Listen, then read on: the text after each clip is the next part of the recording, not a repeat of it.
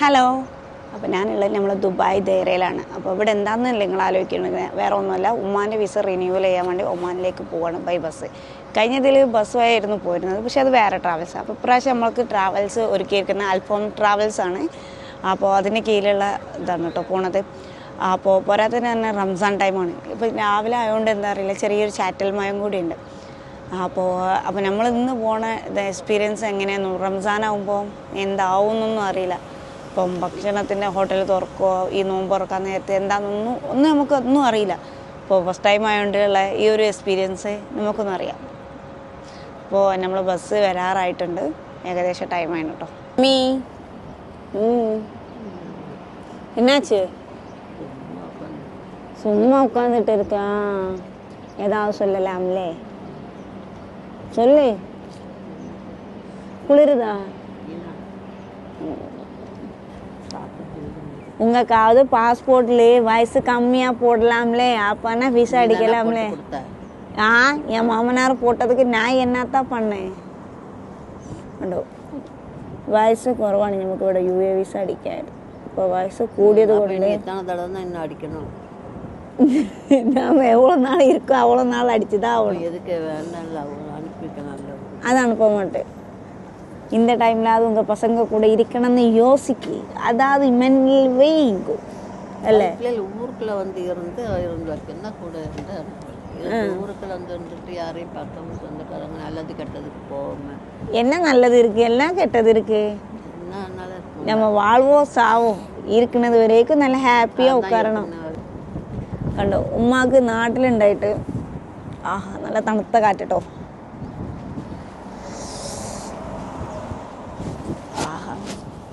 ഉമ്മാക്ക് നാട്ടിലുണ്ടായാൽ എല്ലാവരും ഒന്നും കാണും, ഇവിടെ ആയാലും ആരും കാണൂല എന്നുള്ള പരാതിയാണ്. സാധാരണ എന്നാൽ ഫസ്റ്റിൽ 2 ദിവസം 3 ദിവസമൊക്കെ ഉണ്ടാവും കുടുംബക്കാരും കൂട്ടക്കാരൊക്കെ വിളിക്കലും. അത് കഴിഞ്ഞ് പിന്നെ ആരെങ്കിലും വിളിക്കുമോ? ആരും വിളിക്കില്ല.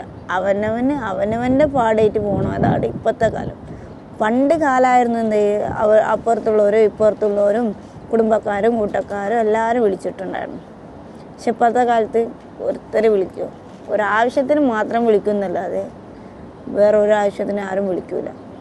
അതാണ് കാലം. അങ്ങനെ ഞങ്ങൾ ബസ് വന്നു. വെയിറ്റ് ചെയ്ത് ലാസ്റ്റ് സമയത്ത് നമ്മൾ ബസ് ടൈമിന് തന്നെ വന്നിട്ടുണ്ടായിരുന്നു.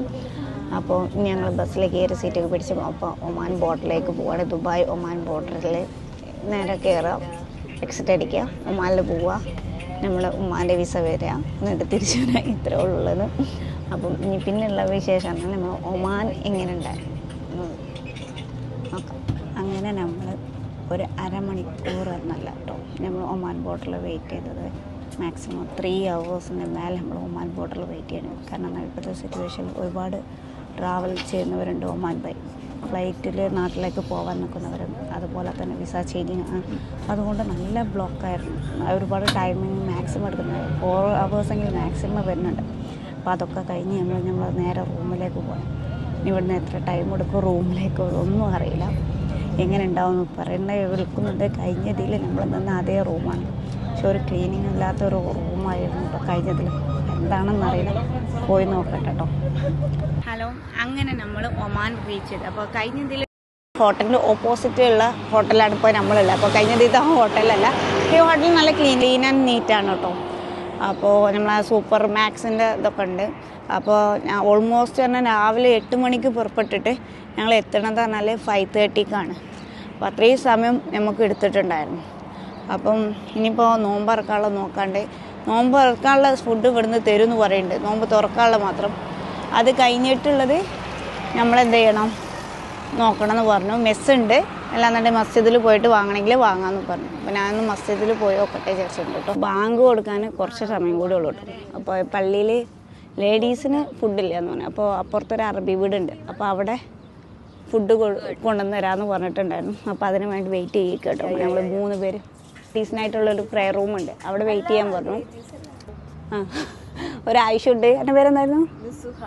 നുസുഹ ഉണ്ട്, റെയ്ന ഉണ്ട്, പിന്നെ ഒരാളുണ്ട്. ആൾ ഭയങ്കര മടിയാണ് കേട്ടോ ക്യാമറയുടെ മുന്നേ വരാൻ. അങ്ങനെ നമുക്ക് എന്ത് ചെയ്തു, ഡേക്സ് തന്നിട്ടുണ്ട്, പിന്നെ നല്ല ബിരിയാണി തന്നിട്ടുണ്ട്. ഇപ്പോൾ കാണിച്ച വായിൽ വെള്ളം പൊട്ടും, അതുകൊണ്ട് കാണിക്കാതൊക്കെയാണ്. ഇപ്പം വെള്ളമുണ്ട്.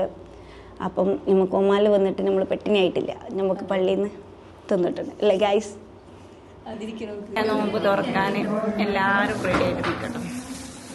ജ്യൂസ് ഉണ്ട്, ഫ്രൂട്ട്സ് ഐറ്റംസ് ഉണ്ട്, ബിരിയാണി ഉണ്ട്, പള്ളിക്ക് നെയ്തി ബിരിയാണി ഉണ്ട്, ലബാനുണ്ട്, എല്ലാം ഉണ്ട്.